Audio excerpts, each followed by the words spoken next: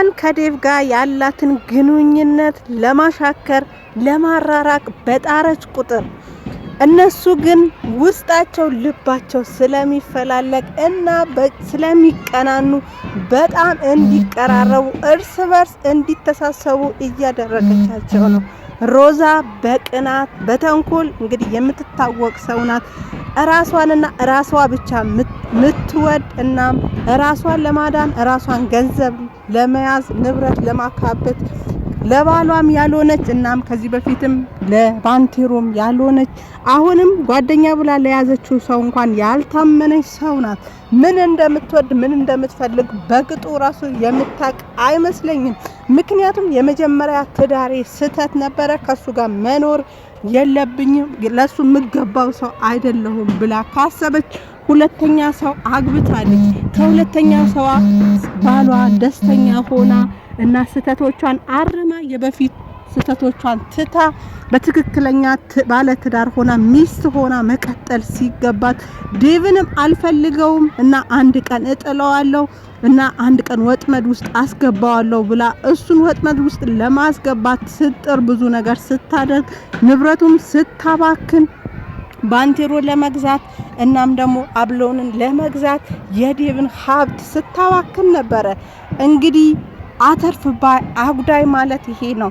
እናቴንና እኔን የተንደላቀቀ ንግስት ሆነን መኖር አለብን እና ብዙ ነገሮችን ያለውን ነገር ሁላ ጠቅልዬ ከዴቭ ይዤ መውጣት አለብኝ ብላ የዘረጋችው ወጥመድ ላይ ራሷ ተጠምዳ እንግዲህ ባዶዋ ቀርታለች ማለት ነው።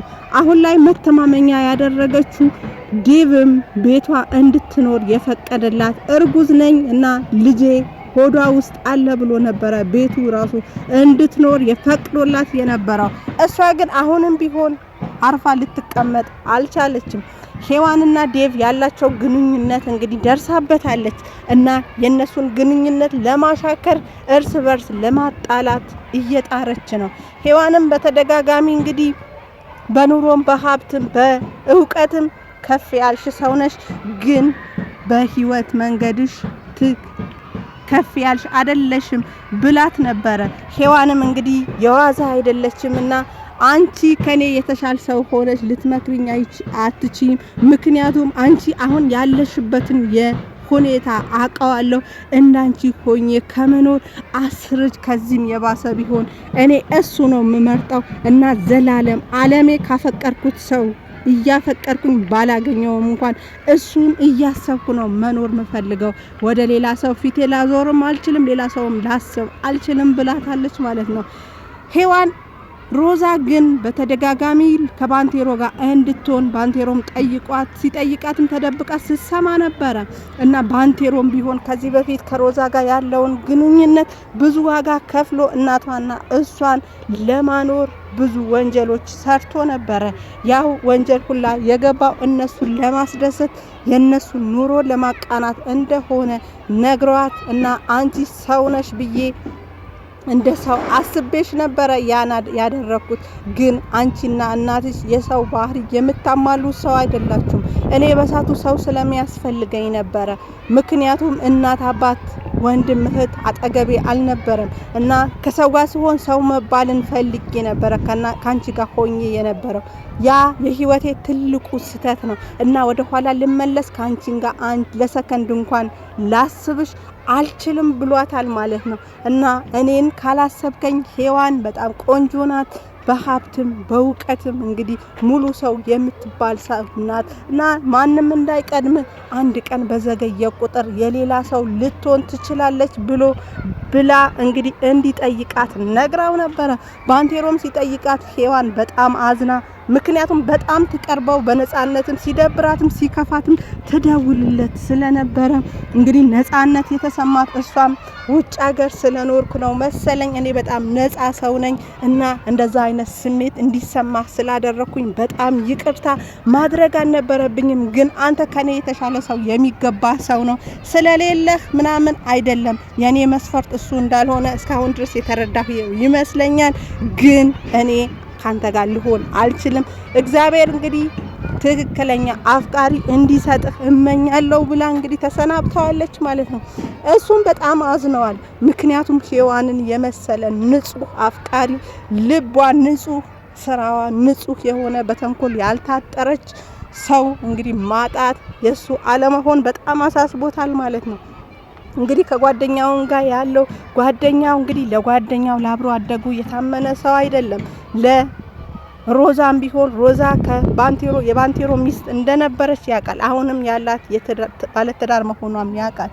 እንግዲህ ለነሱ ሳትታመን ለኔ ትታመንልኛለች ብሎ ታማኝነቱ የጓደኛነቱ ሳይጠብቅ እንግዲህ ከሷ ጋር በተደጋጋሚ እንግዲህ ሲታይ አብሮም ሲያሳልፉ ነበረ።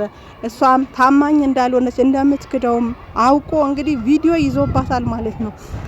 ባንቴሮ ጓደኛው ስላልታመነለት እንግዲህ የጓደኝነት ባህሪያቸውን ትተው ባላንጣ ሆነው ልገልህ ነው እንግዲህ ብሬን ካልሰጠኝ 2 ሰዓት ሰጥቼሃለሁ ካላመጣ ግን እገልሃለሁ ብሎ ዝቶበት ነበረ።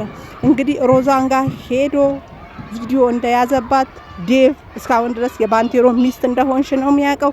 ከዚህ በኋላ ከኔ ጋር ያለሽ ግንኙነት አሳየዋለሁ ብሎ ሲላት በጣም ደንግጣ እጄ ላይ ምንም ብር የለም እናቴና እኔ ምናልባት ዴቭ ከቤት ካስወጣን የምንኖርበት ብር ብቻ ነው ያለኝ እና ልሰጥህ አልችልም ብላ ስትለው ትሰጭኛለሽ፣ ካልሆነ ግን ቪዲዮውን ለዴቭ ሰጠዋለሁ ብሎ አስፈራርቶ ገንዘቡ ተቀብሎ እንግዲህ ለባንቴሮ መልሶለታል ማለት ነው።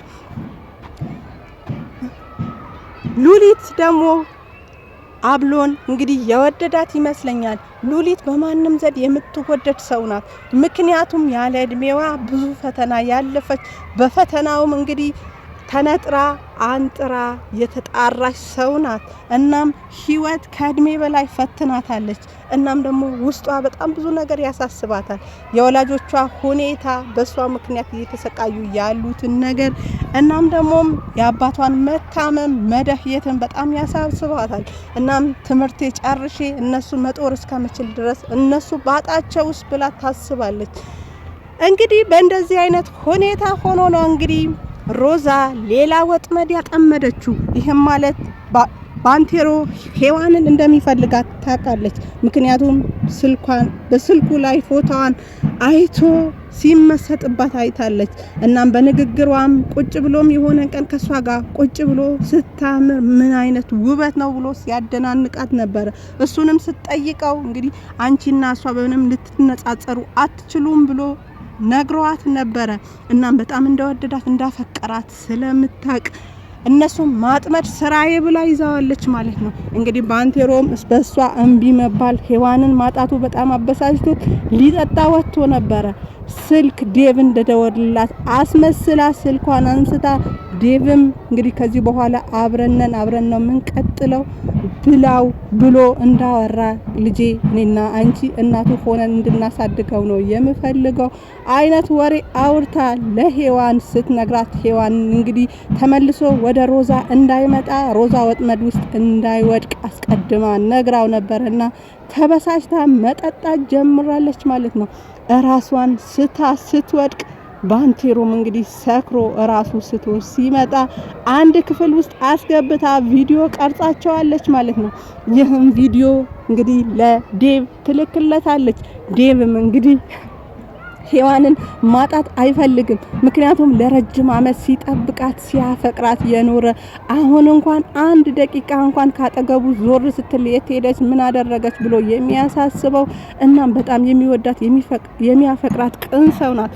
እሷም ቢሆን ከሷ ተለይታ መኖር አትችልም። እስካሁንም ድረስ የኖረችው ወደ ሀገር ቤትም የመጣችው እሱና ሀገሯ ብላ ነው። እናም ያ ነገር ጠንቅቆ ስለሚያውቅ እንግዲህ ከባንቴሮ ቀንቶ የባሰ ግንኙነታቸውን አጠንክረው የባሰ ፍቅር ውስጥ ገብተው ይቀጥላሉ ብዬ አስባለሁ። በኔ በኩል እናንተ እስቲ ምን ታስባላችሁ? በኮሜንት አሳውቁኝ። አብራችሁኝ ስለነበራችሁ ከልብ አመሰግናለሁ። መልካም ጊዜ መልካም ቆይታ ተመኘው። ባባይ